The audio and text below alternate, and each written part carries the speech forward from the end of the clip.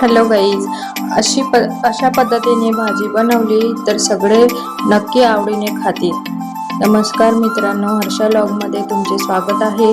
तर बघा, आज मला 3 टिफिनची ऑर्डर होती। तर म्हटलं रस्सा भाजी बनवायची होती। तर म्हटलं चला, रात्रीच मी चवळी भिजत घातली होती। त्याला ते कुकरमध्ये 3 शिट्ट्या करून घेतल्यात आणि ते मसाला तयार करून घेतला। त्यामध्ये खोबरं, लसूण आणि टोमॅटो बारीक करून घेतले।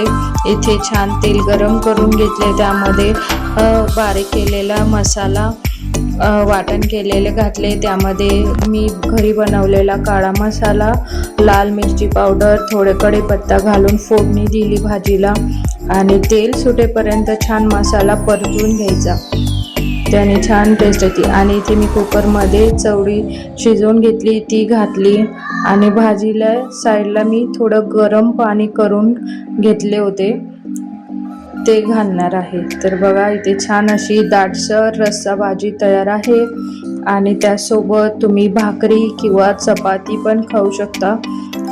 चवीपुरते मीठ घातले आणि छान तिला उकळी आणून करून घेतली। तर तुम्हाला रेसिपी आवडली का? नक्की लाईक करा। नवीन असाल तर चॅनलला सबस्क्राईब करायला विसरू नका। थँक्यू।